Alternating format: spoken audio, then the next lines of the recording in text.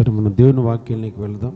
పరిశుద్ధ గ్రంథంలో నుండి కొన్ని సంగతులు మనం ధ్యానం చేసుకుందాం. అపోస్తుడైన పౌలు తెస్సలోనియులకు రాసిన పత్రిక, మొదటి పత్రిక 4వ అధ్యాయం.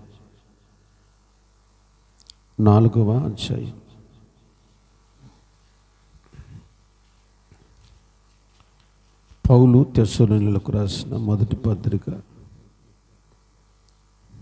4వ అధ్యాయము 16వ వచనం, క్షమించాలి 18వ వచనం. కాబట్టి ఈ మాటల చేత ఒకరినొకరు ఆదరించుకునుడి. సంఘమంతా చదువుదాం. కాబట్టి ఈ మాటల చేత ఒకరినొకడు ఆదరించుకునుడి.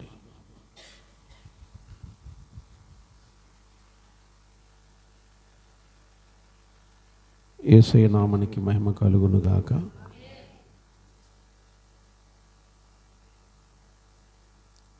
చదవబడినటువంటి ఈ దైవ వర్తమానములో పరిశుద్ధాత్మ దేవుడు కొన్ని అద్భుతమైన సంగతులు పౌలు గారి ద్వారా రాయించడం జరిగింది. నేటి దినాల్లో ఆదరణ అన్నదే కరువైపోయింది. ఆదరణ, దానికి పర్యాయ పదాలు సహాయము, బలపరచటం, ధైర్యపరచటం, ఏదైనా మనం చేసుకోవచ్చు. ఈ మాటల చేత ఒకరినొకడు ధైర్యపరచుకొనుడి, బలపరచుకొనుడి, సహాయం చేసుకొనుడి. ఏ మాట పెట్టుకున్నా పర్వాలేదు. ఎందుకు ఆదరణ కరువైపోయింది? ఆదరించే వారిని బైబిల్లో ఏమని బోధిస్తుంది? ఆదరించే వారిని దేవుడు బైబిల్లో వారికి పెట్టిన పేరేంటి? సంఘంలో కొన్ని సంఘాలలో ఆదరణ ఉండదు, కొన్ని కుటుంబాల్లో ఆదరణ ఉండదు, కొన్ని పరిచర్యలో ఆదరణ మనకు కనిపించదు. అలాగే వ్యక్తిగతంగా కూడా చాలామంది ఆదరణ కోల్పోతున్నారు. నన్ను బలపరిచే వాళ్ళు ఉంటే కొంచెం నేను ముందుకు సాగేదాన్ని. నాకు ఇంట్లో సపోర్ట్ చేసేవాళ్ళు లేరు, సంఘంలో ఎంకరేజ్మెంట్ చేసేవాళ్ళు లేరు, నాకు సహాయం చేసేవాళ్ళు లేరు అన్నట్టుగా కొంతమంది డిసప్పాయింట్ అవుతున్నారు. మీరు గమనిస్తూనే ఉంటారు.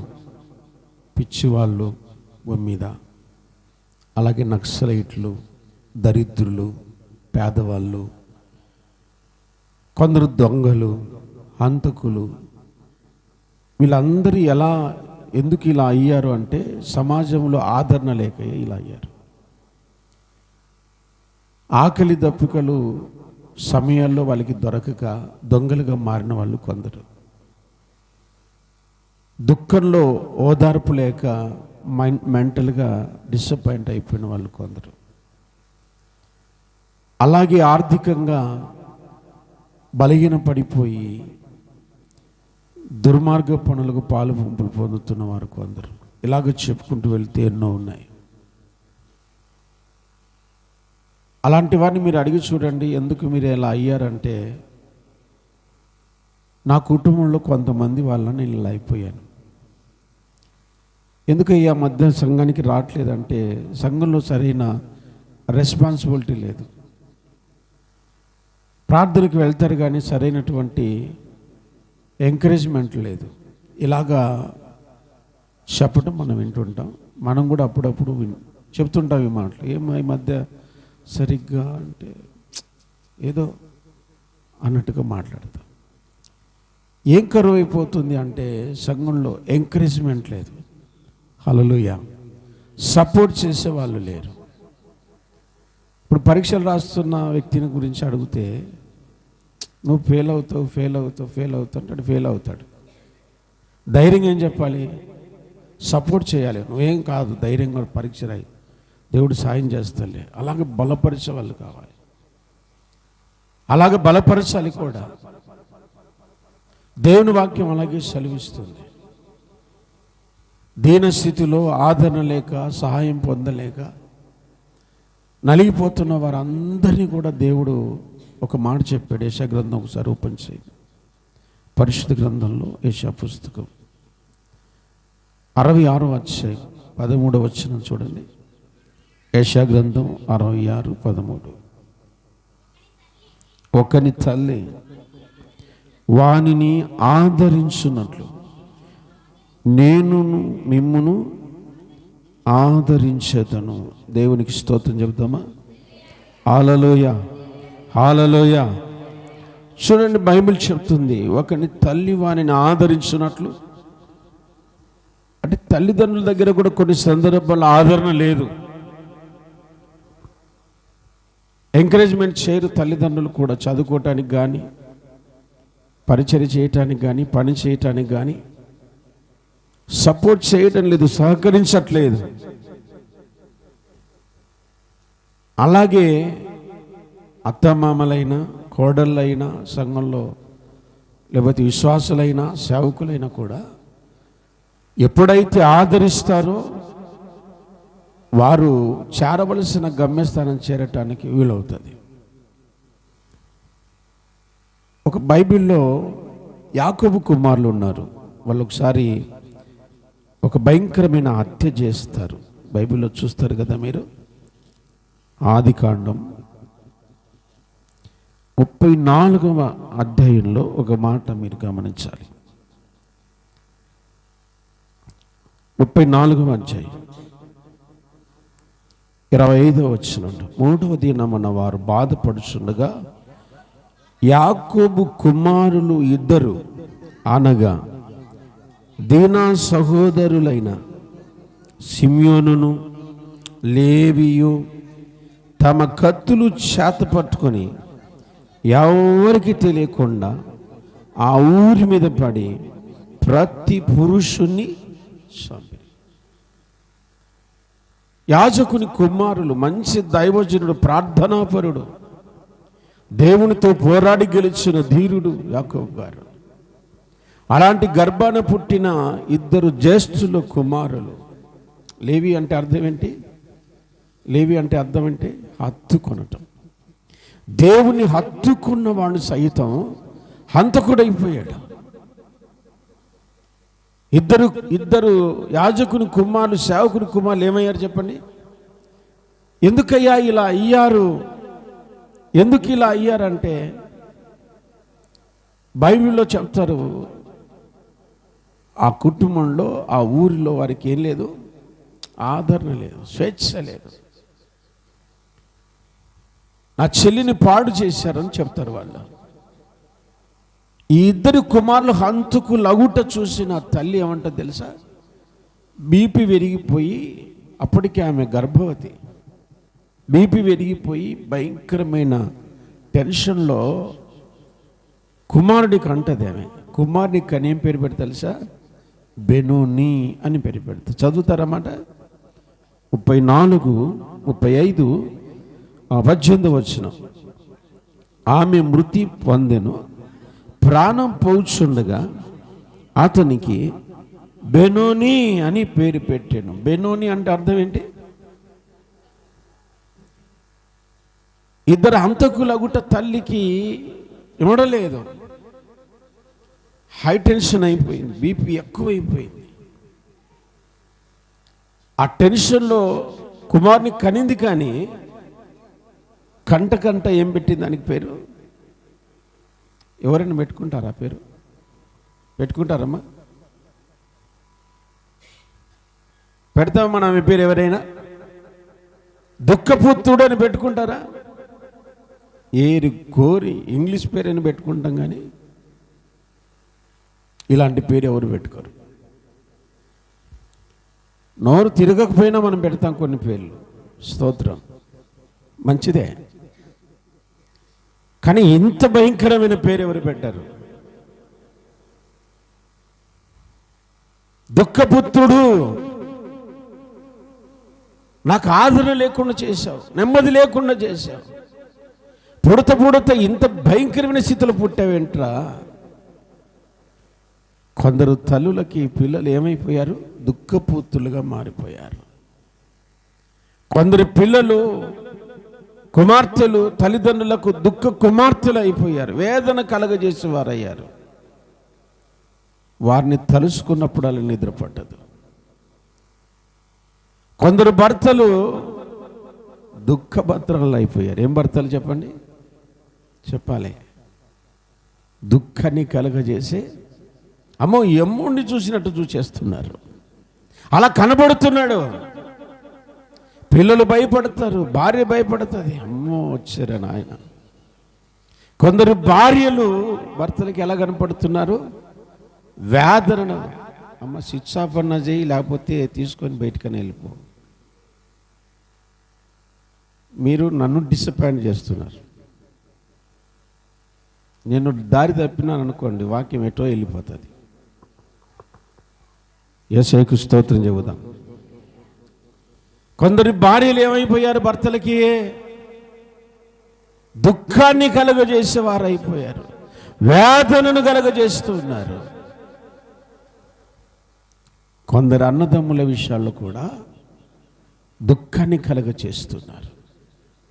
అలాగే సంఘంలో విశ్వాసులు, సేవకుని ఎలా ఉన్నారు చెప్పండి. ఒక మాట పౌలు గారు రాస్తారు, మీతో చదివించాలన్నమాట. హెబ్రీ పత్రిక అందరూ కూడా ఓపెన్ చేయండి, అందరూ కూడా ఓపెన్ చేయండి. హెబ్రీ పత్రిక 13వ అధ్యాయం 17వ వచనం చదువుతారా? మీ పైని నాయకులుగా ఉన్నవారు లెక్క ఒప్పజెప్పవలసిన వారి వలె మీ ఆత్మలను కాయుచున్నారు. వారు దుఃఖముతో ఆ పని చేసిన ఎడల మీకు నిష్ప్రయోజనం గనుక దుఃఖముతో కాక ఆనందముతో చేయునట్లు వారి మాట విని వారికి లోబడి మీ పైన నాయకులు లెక్క అప్పజెప్పాల్సిన బాధ్యత ఉంది. ఇప్పుడు సుధాకర్ అన్న నన్ను లెక్క అడుగుతాడు, సంఘంలో సేవకులు విశ్వాసులు ఎట్లున్నారు, పలానోళ్ళు ప్రార్థనకు వస్తున్నారా, పలానోళ్ళు ప్రార్థనకు వస్తున్నారా?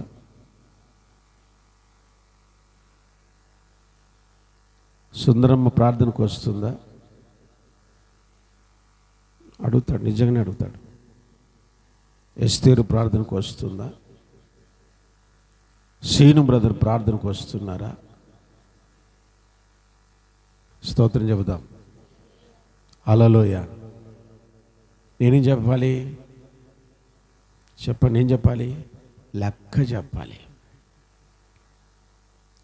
విశ్వాసం నీకు అప్పగించాను, ఏం చేశావు? ఎందుకు రావట్లేదని నువ్వు అడగవా? ఎందుకు వారు పరిచయం చేయలేదు నువ్వు అడగవా?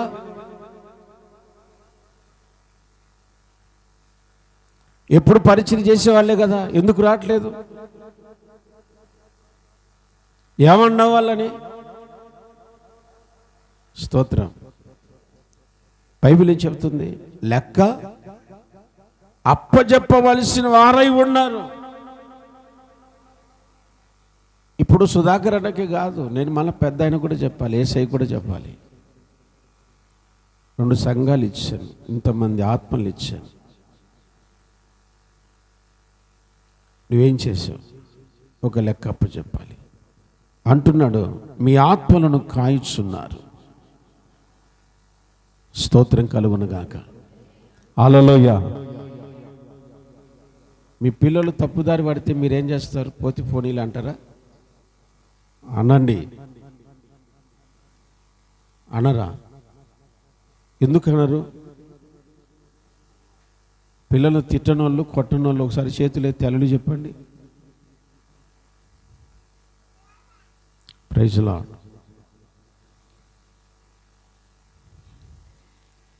ఒక మాట అనకూడదా? నేను అనకూడదా? నేను లెక్క చెప్పాలండి, మీకేం మస్తు చెప్తారు.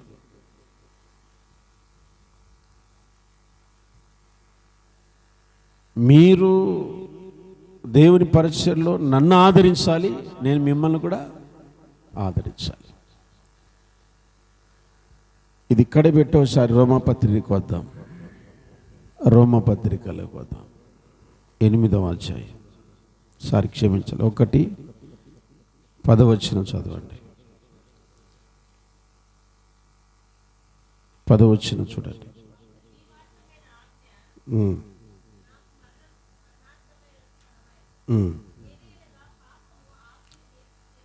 సుందరమ్మ 1:1 వచ్చా.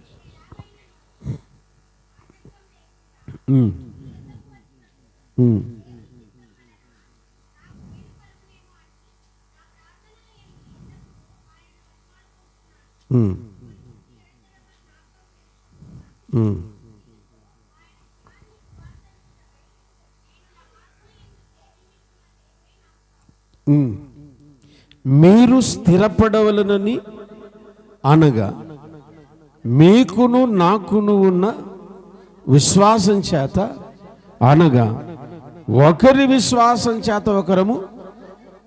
ఆమేన్, హల్లెలూయా. సేవకుడు, విశ్వాసులు దేని విషయంలో ఆదరణ పొందాలి? విశ్వాస విషయంలో ఒకరి విశ్వాసం చేత ఒకరు ఆదరించుకోవాలి. నేను బలహీనమైనప్పుడు మీరేం చేయాలి? సంఘం అంతా కూడా బలపరచాలి. డిసప్పాయింట్ అయినప్పుడు ఏం చేయాలి? బలపరచాలి. ఆర్థికంగా ఉన్నప్పుడు ఏం చేయాలి? సహకరించాలి. ఒకరి విశ్వాసం చేత ఒకరు మనం బలపరుచుకోవాలి. అందుకే ఆ సంఘం గురించి పౌలు గారు రాస్తున్నారు 8వ వచనం. మీ విశ్వాసము సర్వలోకమున ప్రచురము చేయబడుటను బట్టి మొదట మీ అందరి నిమిత్తము యేసుక్రీస్తు ద్వారా నా దేవునికి. వారి విశ్వాసము కేవలం కానాల వరకు ఉందా? అబ్బా, ఎందుకు అలాగంటే వారు ఆదరించేవాళ్ళు. సేవకుడిని ఆదరిస్తారు, పక్కనున్న వాళ్ళని ఆదరిస్తారు. ఒకరి ఇంట్లో బాగలేకపోతే వారి ఇంటికి వెళ్ళి ఎందుకు రావట్లేదు, ఏమైంది, చర్చికి రావట్లేదు, ఎందుకు బాధపడుతున్నావు, ఎందుకు కృంగిపోతున్నావు, ఎందుకు మధ్య డిసప్పాయింట్గా ఉంటున్నావు, సరిగా ప్రార్థన చేసుకోలేకపోతున్నావు, ఎందుకు నాకు చెప్తే నేను నీ కోసం ప్రార్థన చేస్తాను. ఆమేన్, హల్లెలూయా. మీలో ఎవడైనాను రోగి అయి ఉన్నాడా? వాడేం చేయాలంట? సంఘపు పెద్దలను పిలిపించుకుని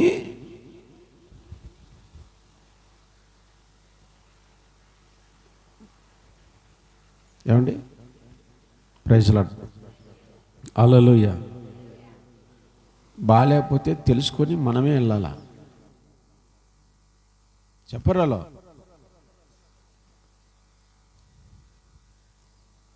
బాగలేకపోతే చెప్పరు, బాగలేదు అన్న ప్రార్థన చేయండి చెప్పరు. తెలుసుకొని పలానా వాళ్ళకి బాగాలేదంట అని వెళ్ళకపోతే మళ్ళీ కంప్లైంట్. స్తోత్రం. పిలిపించుకోవాలంట, బైబిల్ చెప్పింది పిలిపించుకోవాలంట. ఏమండి, ఎవరైనా పిలిపించుకున్నారా మీరు నన్ను? అన్న మాకు బాగాలేదు, ప్రార్థన చేయడానికి రండి. హల్లెలూయా. వాక్యానికి మీరు లోబడితేనే మీకు ఆశీర్వాదాలు. మాకు ప్రార్థన వచ్చని మీ ఉద్దేశం అనుకుంటా, నాకు ప్రార్థన వచ్చని నా ఉద్దేశం అనుకుంటా. మన ఊరుకు మనది కరెక్ట్గా అనిపిస్తుంది. కొర్నేలు గురించి మనం చెప్తే కొర్నేలు అంత భక్తి పరులమా? కొర్నేలు అంత ప్రార్థనా పరులమా? కాదు కదా. యొప్పేకి మనుషులు పంపించి సీమోనును మారుపేరు గల పేతురు పిలిపించుకో అన్నాడు. ఏమండి, దేవుని స్తోత్రం చెబుదాం. దీన స్థితిలో, బలహీన స్థితిలో, అనారోగ్య పరిస్థితుల్లో, బాధల విషయాల్లో ఏం చేయాలి చెప్పండి? పిలిపించుకొని ప్రార్థన చేయించుకుంటే బైబిల్ చెప్పింది, ఆ విశ్వాస సహితమైన ప్రార్థన ఆరోగ్యాన్ని స్వస్థపరచును. ఒకవేళ అతడు పాపము చేసిన వాడైతే వాడికి పాప క్షమాపణ కలుగును. చేతులెత్తి స్తోత్రం చెబుదాం. చూడండి, ఎబ్రీ పత్రికలో పౌలు గారు రాస్తున్నారు, లెక్క అప్ప చెప్పవలసిన బద్ధులై ఉన్నారు కనుక వారి ఆత్మను కాపాడుచూ ఉన్నారు. అయితే వారు దుఃఖముతో ఆ పని చేసిన ఎడల నేను బాధపడితే నీకు నష్టం. స్తోత్రం చెబుదాం. నీ విషయంలో నేను బాధపడితే ఎవరికి నష్టం చెప్పాలి? ఎవరికి? నీ విషయంలో బాధపడితే నీకే నష్టం. సంఘ విషయంలో నేను బాధపడితే సంఘానికి నష్టం, నిష్ప్రయోజనం. అందుకే అతడు దుఃఖముతో మీ మధ్య పరిచర్య చేయకుండా ఎలా చేయాలంట? ఆనందముతో పరిచర్య చేయనట్లు సంఘానికి పరుగులెత్తాలి. వాళ్ళు చేసే పరిచర్యను బట్టి, సహకారాన్ని బట్టి, సహాయమును బట్టి, ఆదరణ బట్టి, అయ్యో పలానోళ్ళు నాకు సపోర్ట్గా నిలబడ్డారు. అందుకే వారు మీ మధ్యకు వచ్చినప్పుడు ఆనందముతో పరిచయం చేయనట్లు వారి మాట విని వారికి లోబడి ఉండండి. స్తోత్రం. ఒకరి విశ్వాసము చేత ఒకరం, ఒకరి సహాయము చేత ఒకరం, ఒకరి ప్రార్థన ద్వారా ఒకరం, మాటల ద్వారా ఒకరినొకరం ఆదరించుకోవాలి. ఇప్పుడు కుటుంబంలో తన గర్భాన పుట్టబోతున్న కొడుకును చూసి ఆ తల్లి ఏం చెప్పింది? దుఃఖపుత్రుడు, మనకు ఆ పేరు కలగక ఉండునుగాక. నీ సంఘం పేరెత్తితే యేసు కృపలో నంబర్ 1 స్థానంలో నిలబడునుగాక. ఆమేన్. పెద్ద ఆయన కూడా మన సంఘం పేరు నందాల్లో పలకాల. వాళ్ళు చూడుకోండి, పల్లెటూరైనా, చదువురాని వాళ్ళైనా, బలహీనులైనా, స్త్రీలైనా, చిన్నపిల్లలైనా ఎంత చక్కగా పాడతారు, ఎంత చక్కగా పరిచర్య చేస్తారు, ఎంత చక్కగా ప్రార్థన చేస్తారు. మన గురించి అలాగూ చెప్పుకుంటూ వెళ్ళాలి. స్తోత్రం. మాసిదోనియా సంఘం ఎలాంటిది చెప్పండి? నిరుపేదలని బైబిల్ చెప్పింది. నిరుపేదలు, కానీ వారి దాతృత్వము విస్తరించింది అని చెప్పి బైబిల్లో ప్రభు రాయించాడు.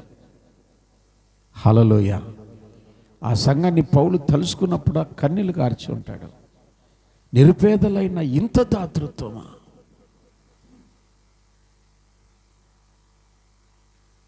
దేవుని స్తోత్రం కలుగునుగాక.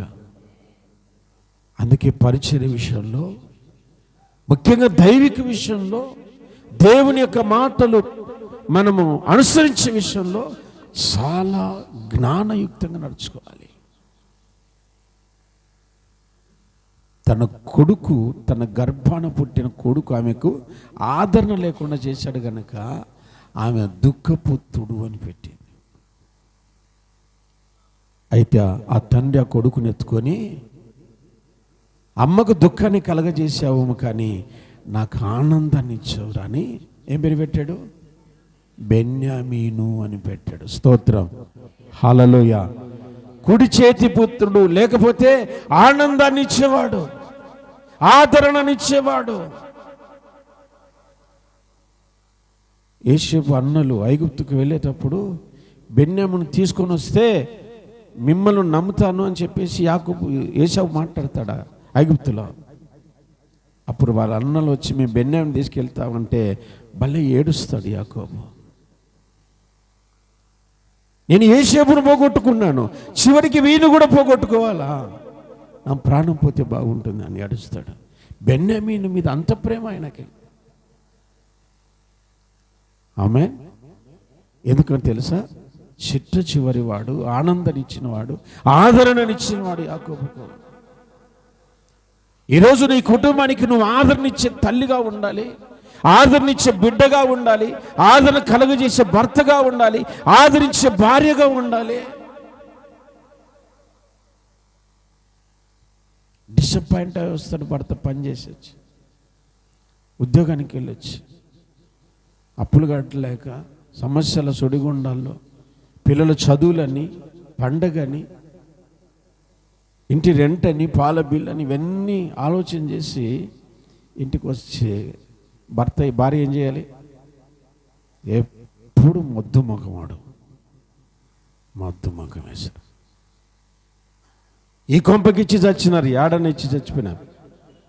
ఇవే అన్నీ మాట్లాడేది.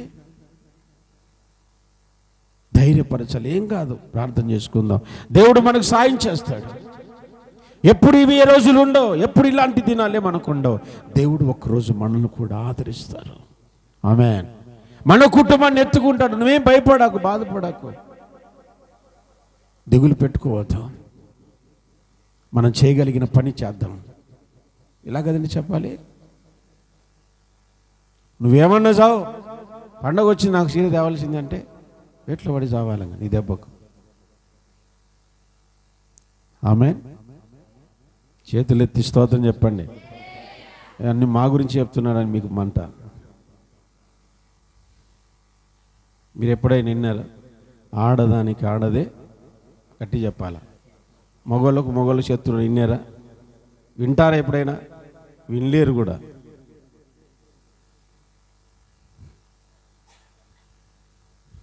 స్తోత్రం, హల్లెలూయా. ప్రమాదకరం ఆలోచనల విధానంలో కూడా. అందుకే బైబిల్లో సొలొమోను మహాజ్ఞాని, ఎంతమంది భార్యలు కలిగి ఉన్నాడు ఆయన. గుణవతి అయిన భార్య దొరుకుట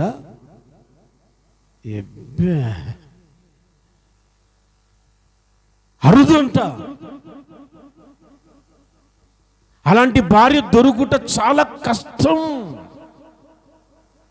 ఏమంటే సొలొమోనుతో మీరు అనలేరా? ఎందుకండి మేము కూడా మంచి భార్యలమే, మంచి స్త్రీనే, మంచి గుణవతి అయిన బిడ్డనే చెప్పలేవా? చెప్పలేరు, చెప్పలేరు. స్తోత్రం, హల్లెలూయా. అంతెందుకండి, మీరు తుడిసే బండలు తొక్కితే మీకు బాధ. బండలు తుడిచేటప్పుడు పొరపాటున ఎవరైనా పిల్లోడట వినాడు, కళ్ళు కనపడలే. దేవుని స్తోత్రం. భూమిలో బాంబులు పూడ్చింటారు చూడండి. బాంబులు పూడ్చింటే ఆడొక కాలు పెట్టుకుంటా జంప్ అయిపోవాలా.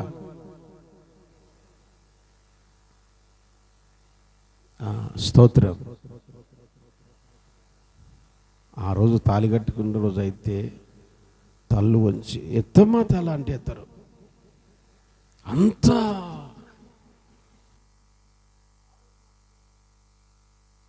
Praise the lord. ఆ ఒక్కరోజు మాత్రమే. ఆ తర్వాత ఆడుకుంటారండి. ఆమేన్. అరుదు కాదు, అరుదు కాదు, సమృద్ధి అయిన గుణవతి భార్యలు వచ్చునుగాక. ప్రతి కుటుంబములో మంచి గుణవతి భార్యగా ఉందురుగాక. ఆమేన్. పోటీ పడాలి ఆ పరిచర్యలో. ఎందుకు జ్ఞాని అయిన సొలొమోను అంతగా రాయగలిగాడు? నేనెందుకు గుణవతిగా ఉండకూడదు? నేనెందుకు మంచి భర్తగా, భార్యగా, మంచి చెల్లిగా, ఓ తల్లిగా ఎందుకు ఉండకూడదు? పోటీ పడాలా. ఆమేన్.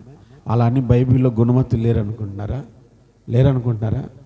ఎంతోమంది ఉన్నారండి బైబిల్లో. స్తోత్రం. రాహాబు వేశ్య ఒక మంచి గుణవతి, ఒక విధవరాలు గుణవతి, గనురాలైన సునెమిరాలు గుణవతి, రూతు మంచి గుణవతి కదండి. రూతు గుణవతి కదా, మంచి గుణవతి. రూతమ్మ గురించి ఒక మాట రాస్తాడు బైబిల్లో. రూతు 3:10 చూడండి ఒకసారి. రూతు 3:10. అతడు, నా కుమారి, యెహోవా చేత నీవు దీవెన నొందిన దానవు, కొద్దివారినే గాని గొప్పవారినే గాని యవనస్తులను గాని ఎంబడింపక ఉండుట వలన నీ మునుపటి సత్ప్రవర్తన కంటే వెనుకటి సత్ప్రవర్తన మరి ఎక్కువైనది. స్తోత్రం చెబుదామా? రూతమ్మ ఎవరు చెప్పండి? ఒక యవ్వనస్తురాలు చిన్న వయసులో, తక్కువ వయసులో భర్తను పోగొట్టుకొని విధురాలుగా ఒక అన్య దేశానికి కదిలి వచ్చిన తల్లి. ఇద్దరు విధవరాలు ఆ ఇంట్లో ఉంటారు, కానీ ఏ ఒక్కరిని వెంబడించలేదట. స్తోత్రం చెబుదామా? చేతులెత్తి చెబుదామా? ఆమె చెప్తుంది సాక్ష్యం, అక్కడ బైబిల్ చెప్తుంది సాక్ష్యం ఆమె గురించి. ఏమని? చిన్నవారి గొప్పవారినే కానీ యవనస్తులను వెంబడించలేదు. చేతులెత్తి స్తోత్రం. ఇప్పుడు చూడండి, భర్త లేడు ఆమెకి. మోయాబు స్త్రీ, పాపదేశంలో పుట్టిన తల్లి, అయినా కూడా పరిశుద్ధతలో నిక్కించి మాట్లాడింది, స్థిరపడింది, నిబ్బరం కలిగి నిలబడింది. ఏ ఒక్కరిని వెంబడించలేదట, ఎవరిని మోహపు చూపు చూడలేదట. బోయాజు పలుకుతున్నాడు, మునుపటి సత్ప్రవర్తన. కొంచెం నీ దేశం గురించి మాట్లాడినా, నీ తల్లిదండ్రుల గురించి, నీ పితల గురించి మాట్లాడినా చాలా అసహ్యకరమైన మాటలు. కానీ నీ విషయంలో చూస్తే, నీ తల్లిదండ్రుల విషయం పక్కన పెడితే, నీ విషయంలో నువ్వు చాలా సత్ప్రవర్తన కలిగి బ్రతిగా. కానీ ఇప్పుడు వేరే దేశానికి వచ్చిన వృద్ధురాలైన తల్లిని కంట పెట్టుకొని, తల్లిలాగా భావించి ఆమెను చక్కగా చూసుకుంటూ, ఏ ఒక్కరి మీద ఆధారపడకుండా, ఆమేన్ హల్లెలూయా, కొందరు మాట్లాడతారు, నేను ఒక్కనే తప్పు చేస్తున్నాను నా సమాజంలో, నేను ఒక్కదాన్నే తప్పు చేస్తున్నానా? అవునండి, దుఃఖాన్ని కాదు ఆనందాన్ని ఇవ్వాలి మనం.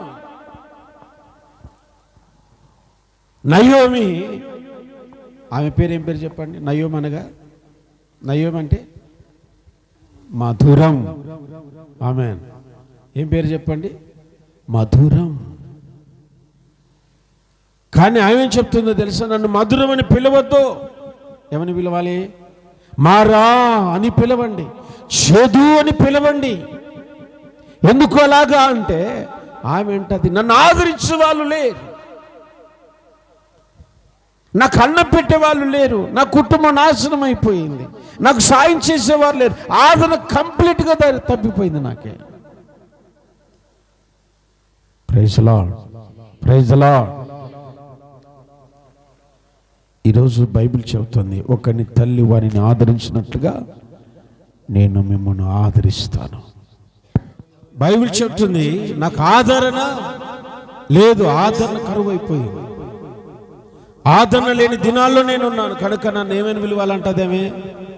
మారా అని పిలవండి, నన్ను మారా అని పిలవండి. ఈరోజు చాలా కుటుంబాల్లో దేవుడు మమ్మల్ని వదిలేశాడు, మా పిల్లలు మమ్మల్ని వదిలేశారు చెప్పుకుంటున్నారు. కారణం ఏంటి? ఆదరణ లేకపోవటం. ఒక మంచి మాట మీకు జ్ఞాపకం చేస్తాను. పరిశుద్ధ 2 మాటలు చదివించి నేను ప్రార్థన చేస్తాను. పరిశుద్ధ గ్రంథంలో పౌలు తిమోతికి రాసిన పత్రిక, 2వ పత్రిక 4వ అధ్యాయం 17వ వచనం. అయితే నా ద్వారా సువార్త పూర్ణముగా ప్రకటింపబడు నిమిత్తమును అన్యజనులందరూ విని ప్రభువు నా పక్క నిలిచి నన్ను బలపరచెను. ఆమె ఎవరు నిలిచారు పక్కన? ఎవరు నిలిచారు? ఆదరణకర్త నిలబడ్డాడు. ఆమె దేవుని సువార్త ప్రకటించిన తర్వాత ఆ సువార్త అనేకుల్లో ప్రబలటానికి బాధపడుతున్నాడు. జరుగుతాదో జరగదో, అవుతాదో కాదో, నా జీవితంలో నెరవేరుతాదో లేదో అనే భయము నాలో కలుగుతున్నప్పుడు నా దేవుడు నా పక్క నిలబడి నన్ను ఏం చేశాడు? బలపరచు. ఈరోజు దేవుడు నిన్ను కూడా బలపరుస్తాడు. ఎలాగా? వాక్యం ద్వారా బలపరుస్తాడు, ప్రార్థన ద్వారా బలపరుస్తాడు, సహాయం చేయటం ద్వారా బలపరుస్తాడు. దేవుని మాటలు వింటున్న నీవు బలపరచాలి. స్తోత్రం, స్తోత్రం. సహాయం చేయాలి, ఆదరించాలి, ధైర్యం చెప్పాలి. ఎప్పుడు కూడా డిసప్పాయింట్ చేయకండి. ఏ విషయంలో ఎవరిని కూడా డిసప్పాయింట్ చేయకండి. వారి వెనక్కి లాగి ప్రయత్నం చేయకండి, వారిని కృంగదీసే ప్రయత్నం చేయకండి. వీలైతే సాయం చేసి బలపరుద్దాం. ఆమేన్. లూకాసు వార్త 22వ అధ్యాయం చూద్దాం. లూకాసు వార్త 22వ అధ్యాయం 44వ మాట చూద్దాం. 44. ఆయన వేదన పడి మరింత ఆతురతగా ప్రార్థన చేయగా ఆయన చెమట నేల పడుచున్న గొప్ప రక్త బిందువులాయి.